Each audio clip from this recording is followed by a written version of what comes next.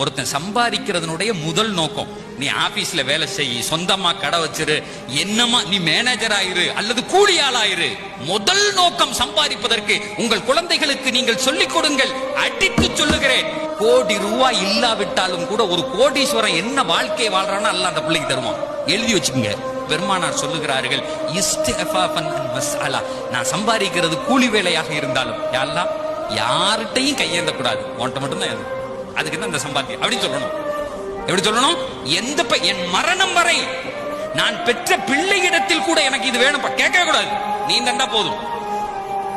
சொல்லி பாருங்களேன், கடைசி நேர தண்ணி வரை உங்களுடைய வாயில் இறைவன் ஊட்டுவான். நல்லா ஒண்ணு புரிஞ்சுக்குங்க, நீங்க வச்சிருக்க காசுகளும் படிப்பையும் கொண்டு இந்த உலகத்துல வாழ முடியாது. அல்லாஹ் நாடணும். கோடி ரூபாய் இருக்கவன் கூட ஏதாவது ஒரு நோயில இழுத்து பட்டு செத்து போறான். அந்த பணம் பயன்படவே பயன்படாது, அந்த அறிவு பயன்படவே பயன்படாது. இந்த உலகத்தில் எதுவாக இருந்தாலும் இறைவன் நாடும். எத்தனையோ பேரு ஏழையா இருப்பான், 4 குமர் இருக்கும், கட்டி கொடுத்துருவான். குவைத்துல ஆயில் கம்பெனில மேனேஜரா இருக்கேன், ஆனா இங்க பார்த்தா ஒரு வீடு கட்ட முடியலங்கிறான்.